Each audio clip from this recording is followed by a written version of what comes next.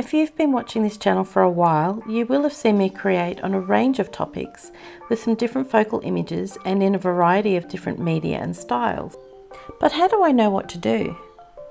In the past video I mentioned that the actual art creation starts well before I sit down with my supplies.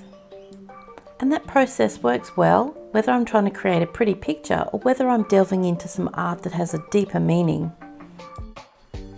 I will leave a link to that video below, but today as we watch me create an art journal page I made to illustrate the gratitude I feel towards my own body, I thought I'd give you some further tips about how to reach deeper within yourself to construct some art using your inner thoughts and feelings.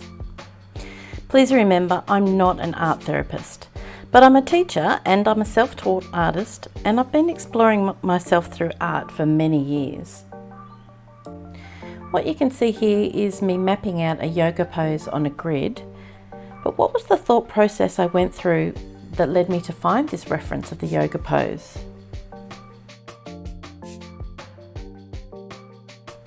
This is just a brief overview of the steps. It's a complex process which we will cover in depth in our upcoming Skillshare classes. Let's call these steps a prompt, getting in touch with how you feel,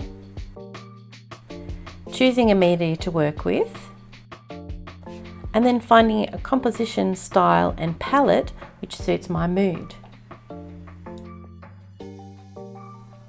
So what is a prompt? Basically, a prompt is a jumping off point. It might be a word or an inspirational quote or even a picture. At Illustrated Insights, we had a gratitude focus in September, so my single word prompt for this page was gratitude. But whatever form it takes, the prompt should switch on your brain to bring up corresponding images or feelings. And that leads us to step number 2. Sit with the prompt for a little while and have a little think about how it's making you feel. Does the prompt evoke happy thoughts, or does it create an uncomfortable feeling?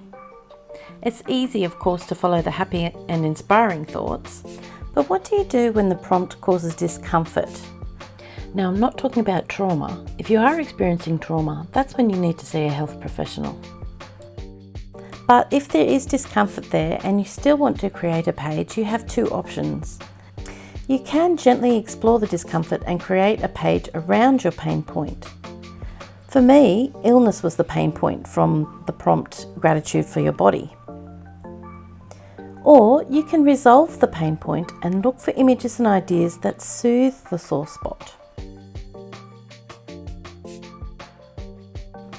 So I would love to be stronger and more flexible, but I chose to depict a yoga pose that I can pull off.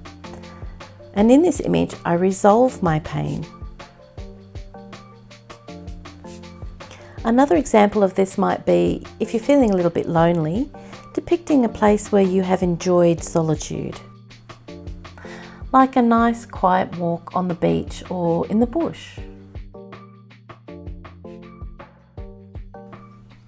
Once you've made the decision to either resolve or explore your feelings, you then need to pick a focal image and start to think about what materials you're going to use to render that image. This is the point that I looked for a reference photo of the yoga pose I wanted, and I made the decision to use coloured pencils to make my artwork, partly because that was what I was enjoying at the time, and partly because I knew that the soft colours would go well with a yoga image.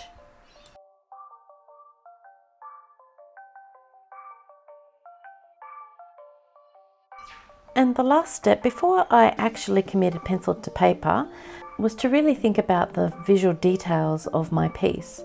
For me, yoga is quite flowing, and so I knew I wanted to use flowing lines, and in my composition I wanted it to be curvy and S-shaped rather than points and angles. And I knew I wanted to use very soft colours. Again, yoga is a little bit of a meditation exercise for me, so all of those aspects combine together to create the emotive feel that I want the viewer to take away. Without going into too much detail about composition, because, well, that's a class in itself, you can see that I've used an S shape to express the flowing nature of the yoga activity and the feeling of peace that I wanted to convey. Sometimes I'll try out these compositions on a spare piece of paper that I can just dispose of, but with this one I just jumped right in and got started.